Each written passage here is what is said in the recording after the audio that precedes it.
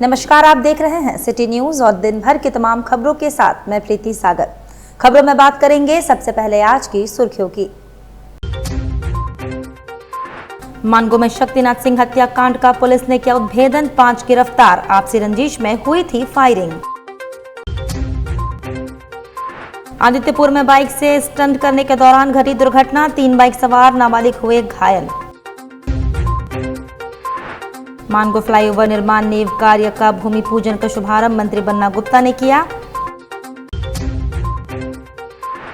और Jamshedpur truck trailer owner association ने किराया वृद्धि की मांग को लेकर 13 सितंबर से अनिश्चितकालीन हड़ताल पर जाने का किया ऐलान। खबरें विस्तार से। मानगो में शक्तिनाथ सिंह हत्याकांड का पुलिस ने उद्भेदन किया। मामले में 5 गिरफ्तार। आपसी रंजिश में हुई थी फायरिंग। जमशेदपुर के मानगो थाना क्षेत्र के गौड़ बस्ती फायरिंग मामले का एसएसपी कौशल किशोर ने उद्भेदन किया है। फायरिंग मामले में 5 अपराधियों की गिरफ्तारी हुई है, जिसमें मानगो पोस्ट ऑफिस रोड का मंटू सिंह सरदार उर्फ भूमिज, मानगो के कृष्णानगर रोड नंबर 3 का रहने वाला चिरंजीत कुमार मोदक उर्फ काली, मानगो गौड़ बस्ती के चटाई कॉलोनी के रहने वाला किशन नामता, मानगो पोस्ट ऑफिस रोड के रहने वाले महंती सिंह सरदार उर्फ छोटू और मानगो कृष्णानगर रोड नंबर 4 का रहने वाला ईश्वर सिंह को गिरफ्तार कर न्यायिक हिरासत में जेल भेजा गया है। वहीं अपराधियों के पास से एक देसी कट्टा, एक गोली और 4 मोबाइल बरामद किया गया है। एसएसपी ने उद्भेदन करते हुए बताया कि फायरिंग मामले में अमरनाथ सिंह के भाई शक्तिनाथ सिंह की हत्या कर दी गई थी। एसएसपी ने बताया कि आपसी रंजिश के लिए फायरिंग की गई थी। अमरनाथ की कई जमीनों पर अपराधियों का कब्जा था। खरीद बिक्री में अपराधियों भी पैसे की मांग करते थे। इसी को लेकर प्लान के तहत शक्ति सिंह को हटाने के लिए रेकी की जा रही थी और मौका देखकर उस पर फायरिंग की गई। इस मामले में अन्य अपराधियों के शामिल होने का खुलासा जल्द होगा। दिनांक 2/9/2024 को संध्या तकरीबन 8:30 बजे गौड़ बस्ती मानगो अंतर्गत एक फायरिंग की घटना की सूचना मिली थी, जिसमें कि कुछ अपराधकर्मियों के द्वारा शक्तिनाथ सिंह उर्फ डब्लू सिंह की गोली मारकर हत्या कर दी। इसको लेकर एक विशेष अनुसंधान दल का गठन किया गया, जिनके द्वारा कंटिन्यूअस अनुसंधान त्वरित रूप से करते हुए छापामारी की गई और छापामारी करते हुए कुल मिलाकर के 5 अपराधकर्मियों की गिरफ्तारी की गई है, जिनके नाम ईश्वर सिंह, मंटू सिंह सरदार, चिरंजीत कुमार मोदक उर्फ काली, किशन नामता और महंती सिंह सरदार हैं। इनके अलावा और भी अन्य अपराधकर्मी इसमें शामिल हैं। जिस हथियार का प्रयोग गोली चलाने के लिए किया गया था, वो हथियार भी बरामद हुआ है और हथियार के साथ एक जिंदा कारतूस भी जो है वहाँ से मिली है। इसके अलावा 4 मोबाइल फ़ोन भी मिला है, जिससे भी हम लोगों को कुछ तकनीकी एविडेंस भी, तकनीकी साक्ष्य भी हम लोगों को प्राप्त हुए हैं। अगर घटना के बैकग्राउंड की बात करें तो बेसिकली पूर्व से ही इन लोगों के मध्य एक प्रकार की आपसी रंजिश चली आ रही थी कई बातों को लेकर के। खास तौर पर जो मृतक था वो एक पूर्व का जो एक अपराधकर्मी था, जिसकी 2 वर्ष पूर्व हत्या हुई थी, अमरनाथ सिंह, उसका ये भाई था। और इसके द्वारा जो अमरनाथ सिंह की कई सारी जो ज़मीनें थी, उन पर एक तरीके से इसका कब्जा था। तो जो आरोपी हैं उनका एक प्रकार से इसके ऊपर दबाव था। ये लोग दबाव कंटिन्यूअस डाल रहे थे कि जो भी इस प्रकार की ज़मीन है जो अमरनाथ के द्वारा कब्जा किया गया था, जो आज के डेट में शक्तिनाथ के नियंत्रण में थी, उस जमीन की जब भी खरीद बिक्री होती है तो उसमें उन्हें एक निर्धारित हिस्सा दे, जिसको लेकर के इन लोगों के द्वारा शक्तिनाथ सिंह के द्वारा इसका विरोध किया गया था। साथ ही साथ जो अन्य अपराधकर्मी थे उनको भी इसमें हिस्सा देने की बात की गई थी कि इस जमीन में जो भी बिक्री होगी उसमें प्रति कट्ठा उन लोगों को कुछ रुपये दिए जाएंगे। इसी लोभ में आ करके इन लोगों ने एक तरीके से इसको पूरा प्लान किया कि इसको अगर रास्ते से हटा दिया जाए तो इससे एक बड़ा लाभ हो सकता है। और उस दिन जो घटना जिस दिन घटित हुई, उस दिन जो मृतक है वो अपने अन्य साथियों के साथ वहाँ पर पहुँचा, जहाँ पर कि आरोपीगण पहले से मौजूद थे, जिसमें से 1-2 अपराधकर्मी ऐसे भी हैं जिनकी गिरफ्तारी हुई है, जो उस समय तत्काल घटनास्थल पर मौजूद नहीं थे, लेकिन पूरी प्लानिंग में उनका एक कह सकते हैं कि एक बड़ा रोल उनका।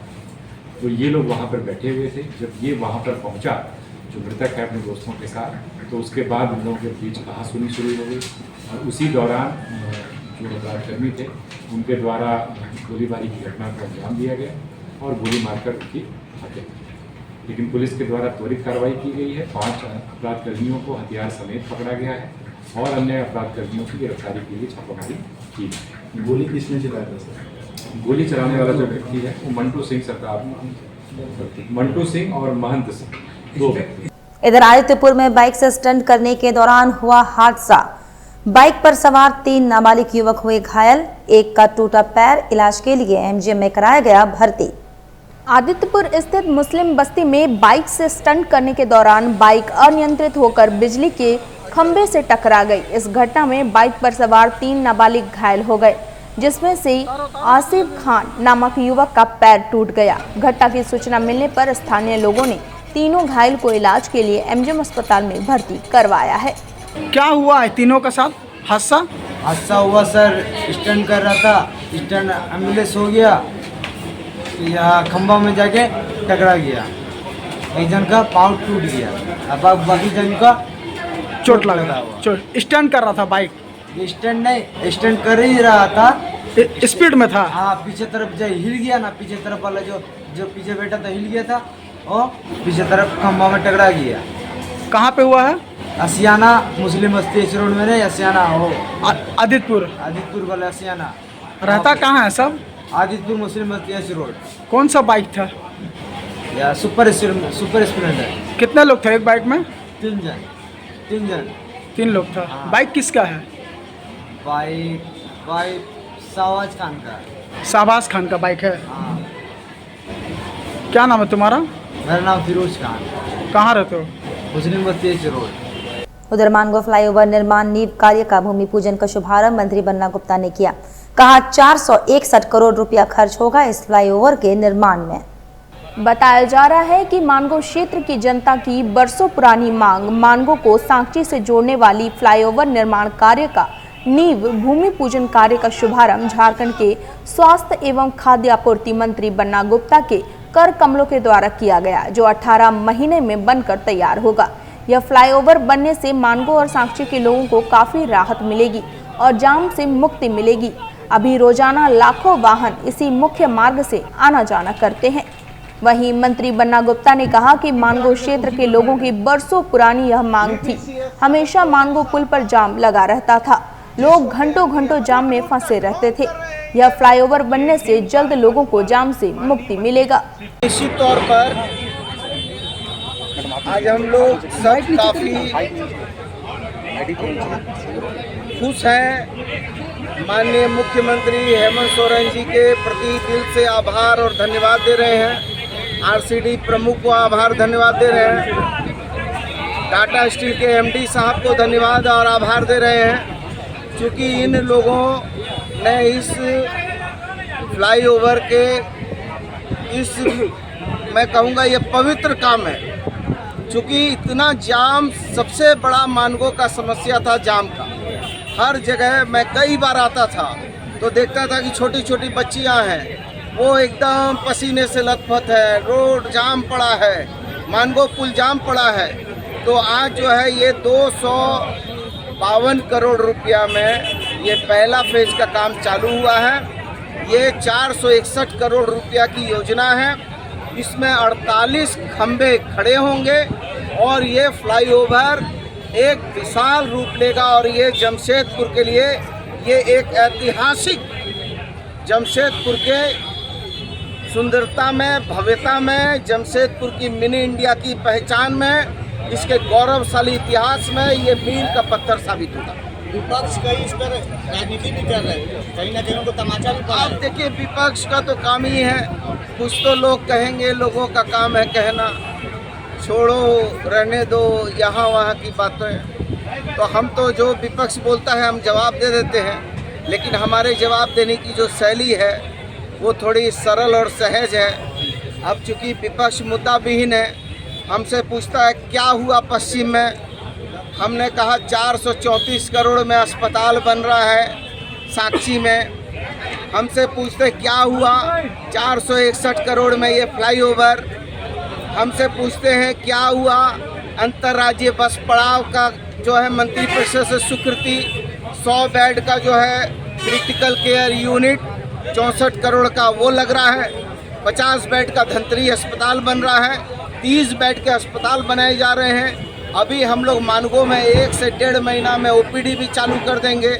तो अब उन लोगों के पास कुछ बचा नहीं है। मैया योजना आई है तो ये धराशायी है। सर्वजन पेंशन स्कीम आया, ये धराशायी। ओल्ड पेंशन स्कीम आया, ये धराशायी। फोटो हो खेल ला दिया, ये धराशायी। 5 लाख से 15 लाख हमने जो है मुख्यमंत्री अबुआ स्वास्थ्य योजना लागू कर दिया, ये धराशायी। इनके पास है क्या बोलने को? 3 मुख्यमंत्री रहने के बाद यदि इन लोगों ने मानगो का काम नहीं किया, ये सेंट्रल बर्ज देखिए ना, ये सेंट्रल बर्ज नहीं दिखता था क्या? यहाँ के पूर्व विधायकों को नहीं दिखता था? मैं नहीं देखा है क्या? कि मेरे समय में ही था, उनके समय में नहीं था, लेकिन उन्होंने नहीं किया। सोची इतनी व्यापक नहीं है। तो ये आदमी के सोचने का तरीका है। वहीं Jamshedpur truck trailer owner association ने किराया वृद्धि की मांग को लेकर 13 सितंबर से अनिश्चितकालीन हड़ताल पर जाने का ऐलान कर दिया है। हड़ताल के दौरान ट्रांसपोर्ट एसोसिएशन के सदस्य बंगाल, उड़ीसा एवं झारखंड में चक्का जाम करेंगे। खनन के कार्य में लगी गाड़ियों को पूरी तरह से रोकेंगे। हड़ताल के कारण 12,000 से 15,000 गाड़ियों का चक्का थम जाएगा।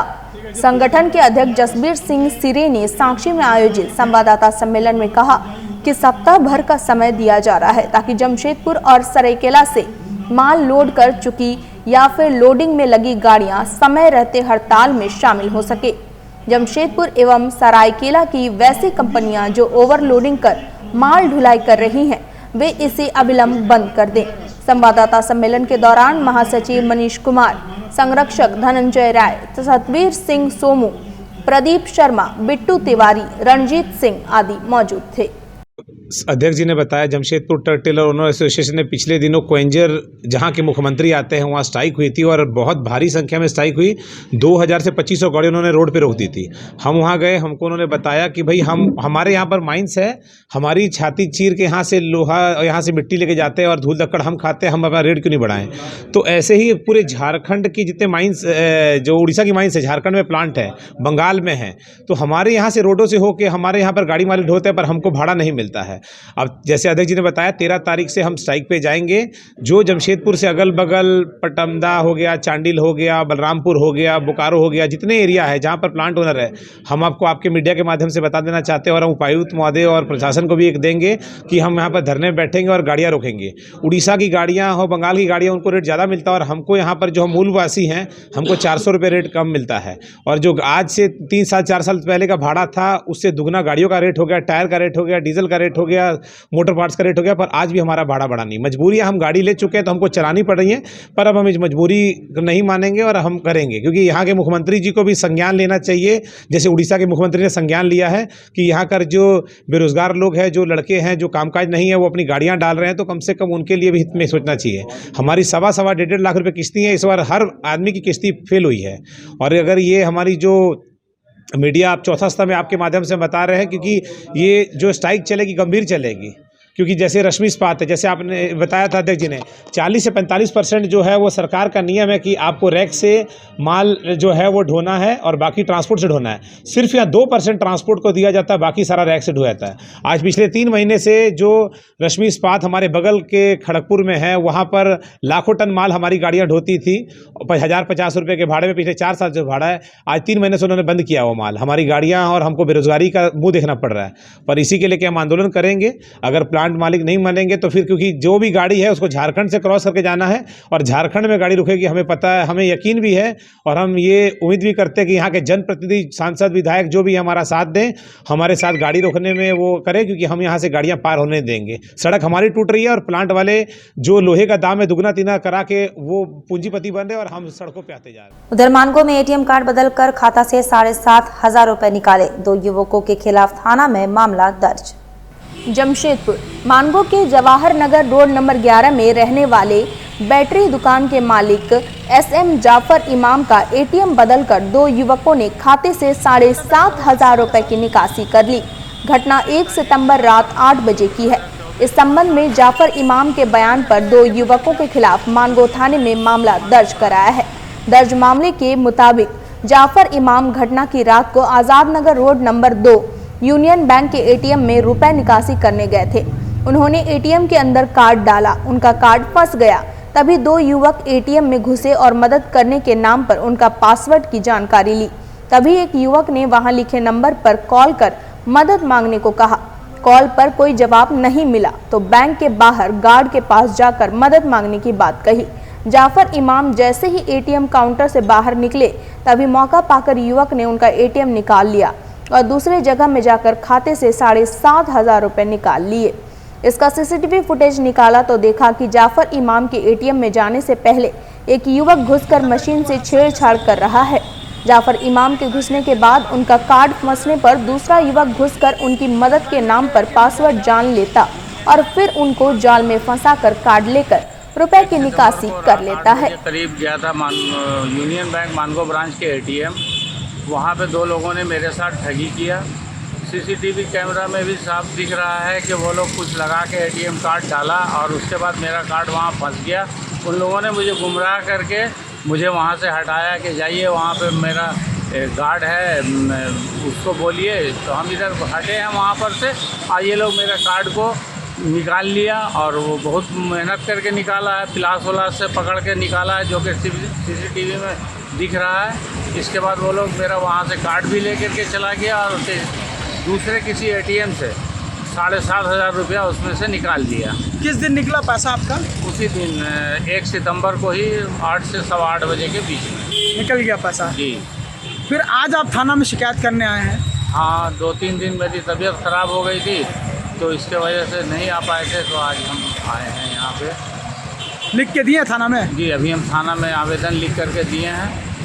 पुलिस प्रशासन से यही आशा करते हैं कि ऐसे लोगों को चिन्हित करके उनको सज़ा मिले ताकि आगे आने वाले और लोगों के साथ ऐसी ठगी ना कर सकें। झारखंड भाजपा के अध्यक्ष बाबूलाल मरांडी प्रधानमंत्री नरेंद्र मोदी के प्रस्तावित दौरे की तैयारियों का जायजा लेने पहुंचे। झामुमो पर बोला हमला, कहा चंपाई और लोबिन ने पार्टी क्यों छोड़ी, हेमंत सोरेन के पास इसका कोई जवाब नहीं। जमशेदपुर प्रधानमंत्री नरेंद्र मोदी 15 सितंबर को जमशेदपुर के दौरे पर आने वाले हैं।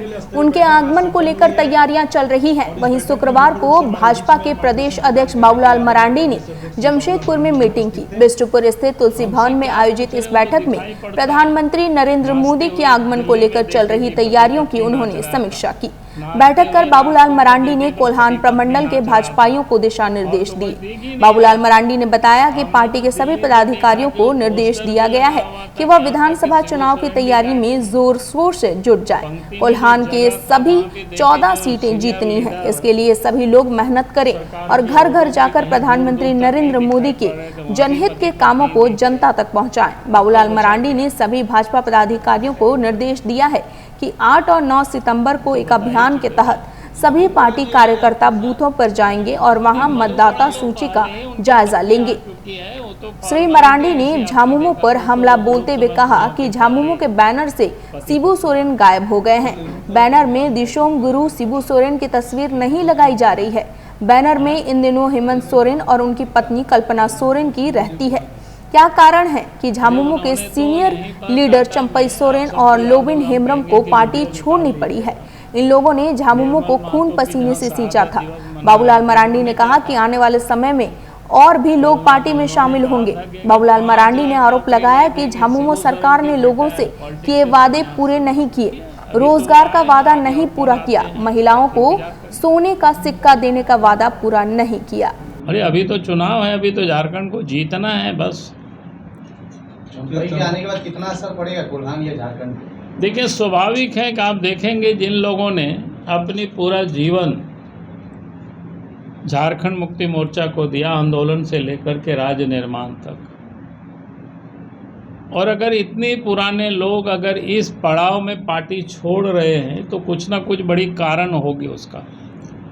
हमने उन लोगों से बात करते रहे हैं तो एक ही बात लोग बोलता है कि भाई जिस उम्मीदों के साथ झारखंड हम लोगों ने बनाया था और हेमंत सोरेन जब मुख्यमंत्री बने तो लग रहा था कि हम लोग ठीक से काम करेंगे, विकास होगा, लेकिन हेमंत सोरेन के मुख्यमंत्री बनने के बाद दलाल, बिचौलियों और भ्रष्ट अफसरों से हेमंत सोरेन बुरी तरह से घिर गए। और 1 साल, 2 साल, 3 साल, 4 साल ऐसे हम लोग सोचे आप तो कम से कम सुधरे, लेकिन जब जेल गया ये भ्रष्ट लोग, दलाल, बिचौलिया, तो जेल से भी यही लोग संचालित करने लगे। और जेल से लौटा हेमंत सोरेन तब भी नहीं सुधरा, तो लोगों को लगा कि आप सुधरने वाले नहीं हैं। और झारखंड अगर उनके हाथों में यूं ही रहेगा तो झारखंड बर्बाद हो जाएगा। झारखंड को बर्बादी से बचाने का एक ही रास्ता, वो है भारतीय जनता पार्टी। और इस कारण से भारतीय जनता पार्टी में आए, चंपई सोरेन आए, लोबिन हेम्ब्रम आए, तो स्वाभाविक है जब इतनी पुराने जो संघर्ष के जो साथी रहे, अगर वो पार्टी में आते तो उनके साथ और भी लोग जुड़ रहे हैं, तो उसका लाभ तो पार्टी को मिलेगा। पोटका कांग्रेस कमेटी ने प्रेस वार्ता कर कहा, पोटका प्रखंड के सुपरवाइजर आंगनबाड़ी केंद्रों का विजिट नहीं करती है। साथ ही आंगनबाड़ी केंद्र में व्याप्त भ्रष्टाचार है, जिसे लेकर कांग्रेस पार्टी उग्र आंदोलन करेगी। कांग्रेस के पोटका प्रखंड कमेटी द्वारा हाता में एक प्रेस वार्ता का आयोजन किया गया, जिसमें मुख्य रूप से प्रखंड अध्यक्ष सौरभ चटर्जी, उपाध्यक्ष उदयनाथ मुर्मू उपस्थित रहे। इस दौरान प्रखंड अध्यक्ष सौरभ चटर्जी ने कहा कि आंगनबाड़ी केंद्रों में व्याप्त भ्रष्टाचार को लेकर और सुपरवाइजर केंद्र में विजिट नहीं करती है आदि कई मांग को लेकर बहुत जल्द उग्र आंदोलन किया जाएगा। साथ ही प्रखंड उपाध्यक्ष उदयनाथ मुर्मू ने कहा कि पोटका में खराब जल मीनार को जल्द से जल्द मरम्मत करने तथा आंगनबाड़ी केंद्र में पोषाहार में गड़बड़ी और व्याप्त भ्रष्टाचार के खिलाफ कांग्रेस पार्टी उग्र आंदोलन करेगी। उन्होंने कहा कि मैया योजना से भाजपा के लोगों को परेशानी हो रही है। यह योजना महिलाओं के लिए काफी लाभप्रद है। हमारे पोटका प्रखंड में हाता में जो प्रेस कॉन्फ्रेंस द्वारा 2-3 बिंदु में से हम लोग कर रहे हैं। पहला है पोटका प्रखंड के अंतर्गत जो भी जल मीनार खराब पड़ा हुआ है उसको अविलंब उसको मरम्मत किया जाए। और दूसरा बिंदु है कि जो आंगनवाड़ी केंद्र जहाँ पर भवन नहीं बना हुआ है उसमें अविलंब बनाया जाए। तीसरा है कि आंगनवाड़ी सेंटर जो चल रहा है इसमें जो आंगनवाड़ी जो सुपरवाइजर है वो विजिट नहीं कर रहा है। जिस तरह से वो लोगों का पौष्टिक आहार देने वाले हैं वैसा नहीं हो रहा है और उसमें पूरा भ्रष्टाचार है। सुपरवाइजर का जो लापरवाही है इसके खिलाफ में, सुपरवाइजर के खिलाफ में हम लोग उग्र आंदोलन करेंगे। तीसरा बिंदु है कि मैया सम्मान योजना जो है ये हमारे गठबंधन सरकार जो इतनी अच्छी चला रही है, इसमें भाजपा के जो नेता लोग हैं, मंत्री, पूर्व मंत्री लोग जो है, ये लोगों का पेट दर्द होना शुरू हो गया है। टेल्को थाना क्षेत्र में बीते 2 अगस्त गोली चालन की घटना का पुलिस ने खुलासा कर दिया है। इस मामले में पुलिस ने 2 युवकों को गिरफ्तार किया है। इनके पास से एक देसी कट्टा और मोबाइल फोन को जब्त किया गया है। एसएसपी किशोर कौशल ने प्रेस वार्ता कर बताया कि 3 दोस्त एक साथ ही शराब पी रहे थे। उस समय किसी बात को लेकर इन तीनों के बीच झगड़ा होने लगा। इसी क्रम में एक ने कट्टा निकाला और देखते ही देखते गोली चल गई, जिससे एक दोस्त को गोली लग गई। इसके बाद 2 दोस्त उसे छोड़कर वहां से भाग खड़े हुए। एक टीम का गठन किया गया। पुलिस टीम ने दोनों को गिरफ्तार किया, जिसके बाद दोनों ने ही अपना आरोप कबूल कर लिया।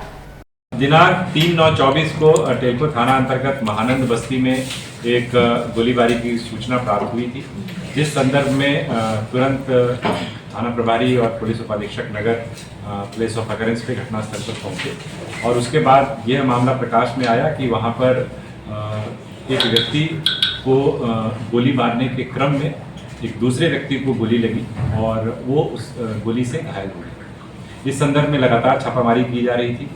नेम्ड एफआईआर हुआ बापी चौधरी के ऊपर में और जब इसकी पूरी तफ्तीश की गई तो ये पाया गया कि जो गोली चलाने वाला व्यक्ति था अमित चौधरी उर्फ बापी चौधरी और जिस व्यक्ति को गोली लगी सोनू कुमार उर्फ सोनू स्वासी, दोनों ही साथी हैं और दोनों ही साथ में ही रहते थे।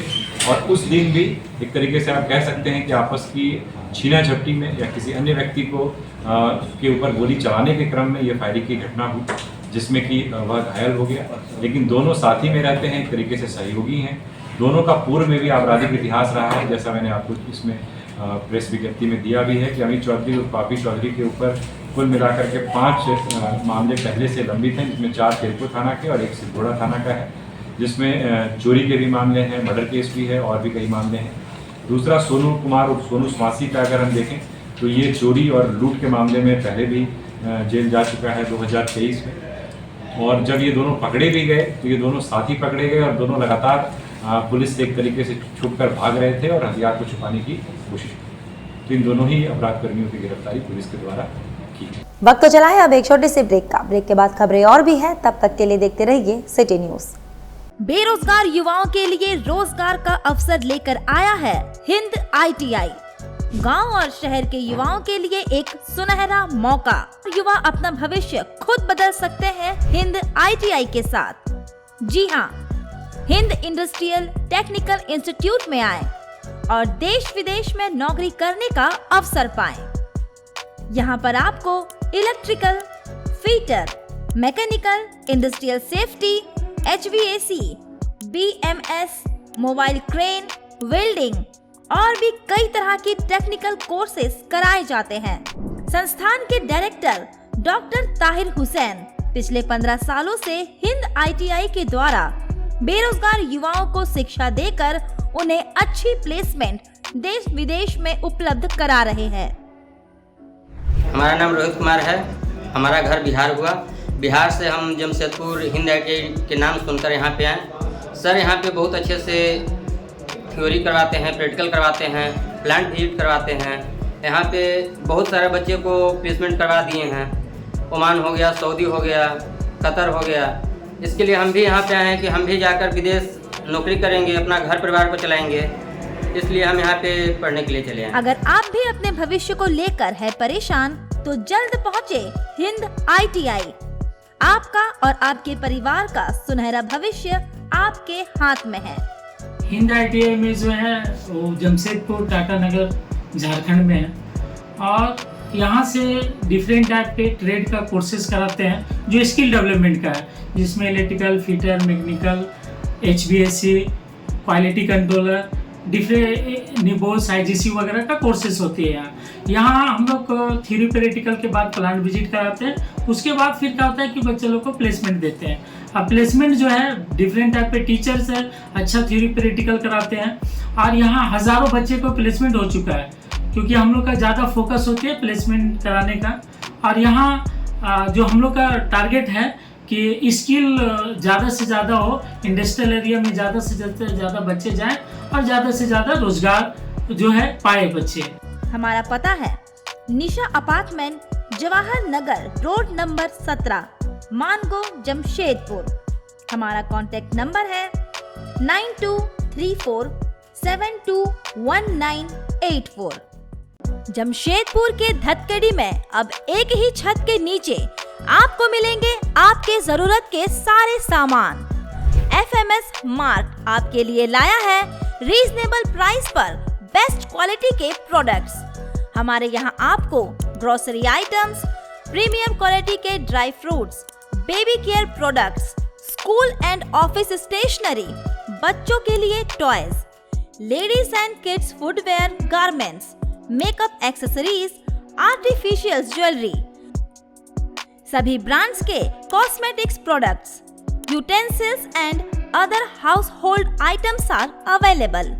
तो FMS स्मार्ट में आज ही शॉपिंग करें फॉर मैक्सिमम डिस्काउंट। स्क्रीन पर दिए बारकोड को स्कैन कर आप हमारा ऐप डाउनलोड कर सकते हैं। अच्छे डिस्काउंट के साथ घर बैठे ऑर्डर करें और फ्री होम डिलीवरी पाएं।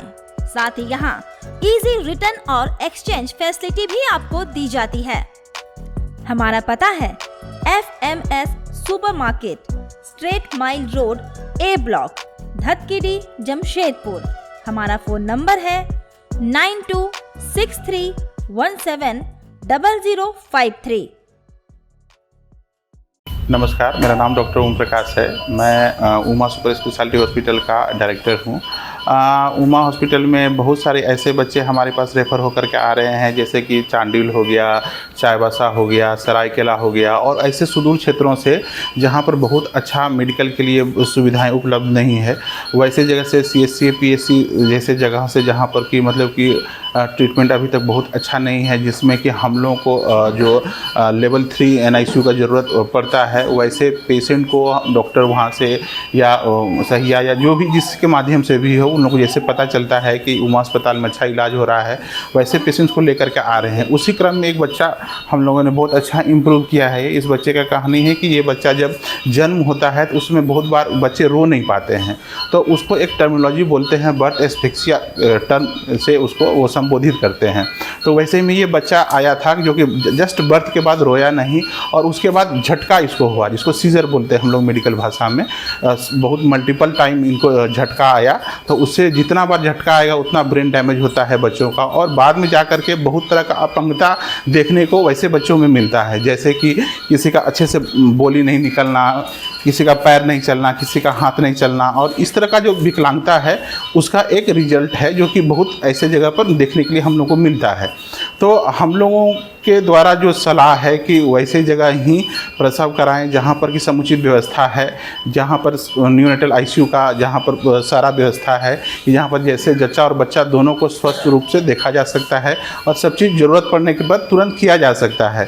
तो एज ए डॉक्टर मैं एक सलाह देना चाहता हूँ कि वैसे जगह का ही चुनाव करें बच्चों के प्रसव के लिए जहाँ पर की समुचित व्यवस्था हो, जहाँ पर कि आपके बच्चे का दोनों का जान बचाया जा सके, और इस तरह की अपंगता से उनको बचाया जा सकता है। सिर्फ आपके अगर आप जानकारी आपको इस तरह का रहेगा तो आप बेहतर डिसीजन ले पाएंगे और अपने परिवार को अच्छे से बता पाएंगे, काउंसिल कर पाएंगे उनको कि वैसा ही जगह पर आप डिलीवरी कराएं जहाँ पर समुचित व्यवस्था है, कि इस तरह का भविष्य में आपका बच्चा अपंग ना हो। धन्यवाद। ब्रेक के बाद मैं प्रीति सागर एक बार फिर से आपका स्वागत करती हूँ। सांची स्थित बंगाल क्लब प्रांगण में सामाजिक संस्था अंतरा के तत्वाधान में तिलोत्तमा एग्जीबिशन का आयोजन किया गया। महिलाओं को आत्मनिर्भर और स्वावलंबी बनाने के लिए तिलोत्तमा संस्था के द्वारा एक अच्छी पहल देखने को मिली, जहां महिलाओं को एकजुट कर बंगाल क्लब में सेल प्रदर्शनी लगाया गया। वहीं समाज सेविका पूर्वी घोष और तिलोत्तमा संस्था के अध्यक्ष अंतरा चक्रवर्ती ने कहा कि महिलाओं को आत्मनिर्भर और स्वावलंबी बनाना है ताकि महिलाएं अपने पैरों पर खड़े होकर रोजगार कर सकें। यह सेल प्रदर्शनी 6 से 8 सितंबर तक चलेगा। ये हमारा तिलोत्तमा का एग्जीबिशन साल में 2 बार लगता है। ये हमारा प्री दुर्गा पूजा एग्जीबिशन है।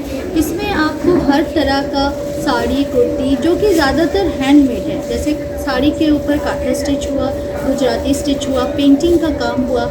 ज्वेलरीज़ का जो स्टॉल है वो बहुत सारी लेडीज़ जो आई हैं उन लोग कस्टमाइज़ करती हैं ज्वेलरी को भी। अचार का स्टॉल है जो कि होममेड है, पापड़ का स्टॉल है होममेड है, हैंडीक्राफ्ट्स का आइटम है। तो मैं सब शहरवासियों से निवेदन करूंगी कि ये सब जो यहाँ घरेलू महिलाएं हैं जो घर से अपना बिजनेस चलाती है उनको आएँ और सपोर्ट करें। ये एग्जीबिशन हमारा 3 दिन चलने वाला है जो कि बंगाल क्लब सांची स्थित जमशेदपुर में है। ये 6, 7 और 8 को सुबह 11 बजे से लेके रात को 9 बजे तक हम लोग रहेंगे। आप सभी आएँ और हमें सपोर्ट करें। उधर ट्यूब बारेडी दुर्गा पूजा मैदान प्रांगण में जन सेवक समिति एवं ट्यूब बारेडी दुर्गा पूजा कमेटी के संयुक्त तत्वाधान में आयोजित किया गया रक्तदान शिविर। ट्यूब बारेडी दुर्गा पूजा मैदान प्रांगण में जन सेवक समिति एवं ट्यूब बारेडी दुर्गा पूजा कमेटी के संयुक्त तत्वाधान में स्वर्गीय संजय सिंह एवं स्वर्गीय सुजीत चौधरी के 9वीं पुण्यतिथि के अवसर पर रक्तदान शिविर का आयोजन किया गया। कार्यक्रम में बड़ी संख्या में रक्तदाताओं ने अपने रक्त का दान किया। शहर की समाज सेवी संस्था जन सेवक समिति जमशेदपुर एवं ट्यूब बारेडी दुर्गा पूजा कमेटी के संयुक्त प्रयास से हमारे 2 संस्थापक दिवंगत रक्तदाता स्वर्गीय संजय सिंह एवं स्वर्गीय सुजीत चौधरी जी की 9वीं पुण्यतिथि के अवसर पर प्रत्येक वर्ष की भांति इस वर्ष भी डीएस ट्यूब बारेडी दुर्गा पूजा मैदान के परिसर में पीड़ित मानवता की सेवा करने हेतु रक्तदान महोत्सव का आयोजन है। ये इन रक्तों में क्या करते हैं? यह रक्त जरूरतमंद मरीजों के बीच में वितरित किया जाएगा। श्री श्री सार्वजनिक दुर्गा पूजा कमेटी पंडाल का कैरेज कॉलोनी बर्मा माइंस में भूमि पूजन हुआ। शुक्रवार को श्री श्री सार्वजनिक दुर्गा पूजा पंडाल का भूमि पूजन संपन्न हुआ, जिसमें मुख्य रूप से पुजारी सियाराम पांडे द्वारा वैदिक मंत्रोच्चारण के साथ मां भगवती की पूजा हेतु पंडाल निर्माण कार्य का शुभारंभ करने के लिए विधिवत रूप से भूमि पूजन किया गया। उक्त अवसर पर पूजा कमेटी के लाइसेंसी कमलेश दुबे ने बताया कि मां भगवती की पूजा वर्ष 1965 से लगातार होते आ रही है, जो हर वर्ष की भांति इस वर्ष भी धूमधाम से मनाई जाएगी। इस बार का पूजा पंडाल आकर्षण का केंद्र होगा। लाइट, साउंड और ढांकी विशेष रूप से आकर्षण होगा। और भारतीय जनता पार्टी जमशेदपुर के पूर्व जिला अध्यक्ष एवं जमशेदपुर पश्चिम विधानसभा के प्रत्याशी रहे देवेंद्र सिंह ने जमशेदपुर सोनारी के चंद्र ज्योति नगर का दौरा किया। वहां के लोगों ने बताया कि विगत 7 महीने पहले छोटा पुलिया बनाने के लिए ठेकेदार ने खुदाई की, आधा पुलिया बनाकर अपना काम बंद कर दिया। ठेकेदार का कहना है कि सरकार पैसा नहीं दे रही है, इसलिए काम बंद कर दिए। पिछली रात चूंकि वहां हमेशा अंधेरा रहता है जबकि मेन रोड है, वहां एक व्यक्ति मोटरसाइकिल सहित उस गड्ढे में गिर गया। काफी चोटें आईं। स्थानीय लोगों ने उसे एवं उनके मोटरसाइकिल को निकालकर घायल व्यक्ति का इलाज कराया। वहां के स्थानीय वासी नवल तिवारी का कहना था कि काम अधूरा रहने के चलते इस गड्ढे में अब तक 1 दर्जन लोग गिरकर घायल हुए हैं। स्थानीय लोगों का कहना है कि मंत्री बन्ना गुप्ता के यहां गए केवल आश्वासन मिला। जमशेदपुर नोटिफाइड एरिया कमेटी के पदाधिकारी से 3 बार मिले लेकिन यह काम अधूरा ही रह गया। यहाँ चूंकि स्ट्रीट लाइट भी नहीं है, चौराहा रोड है, हर दूसरे दिन व्यक्ति गिर रहा है और घायल हो रहा है।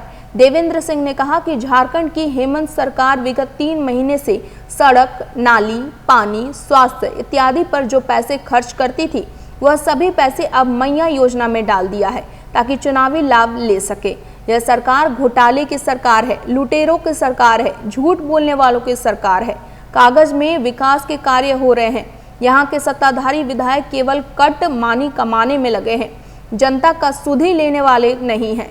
यदि 1 सप्ताह के अंदर उस गड्ढे को नहीं भरा गया तो हम सभी मिलकर जमशेदपुर नोटिफाइड एरिया कमेटी में तालाबंदी एवं घेराव करेंगे। चलते चलते एक बार फिर से नजर डालेंगे अब तक की सुर्खियों पर। मानगो में शक्तिनाथ सिंह हत्याकांड का पुलिस ने किया उद्भेदन, 5 गिरफ्तार। आपसी रंजिश में हुई थी फायरिंग।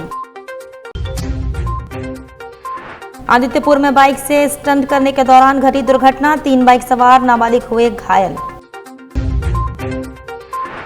मानगो फ्लाईओवर निर्माण नींव कार्य का भूमि पूजन का शुभारंभ मंत्री बन्ना गुप्ता ने किया। और Jamshedpur truck trailer owner association ने किराया वृद्धि की मांग को लेकर 13 सितंबर से अनिश्चितकालीन हड़ताल पर जाने का किया ऐलान। और अभी के लिए बस इतना ही, कल फिर मिलेंगे कुछ अन्य खबरों के साथ। तब तक के लिए दीजिए सिटी न्यूज के पूरी टीम को इजाजत। नमस्कार।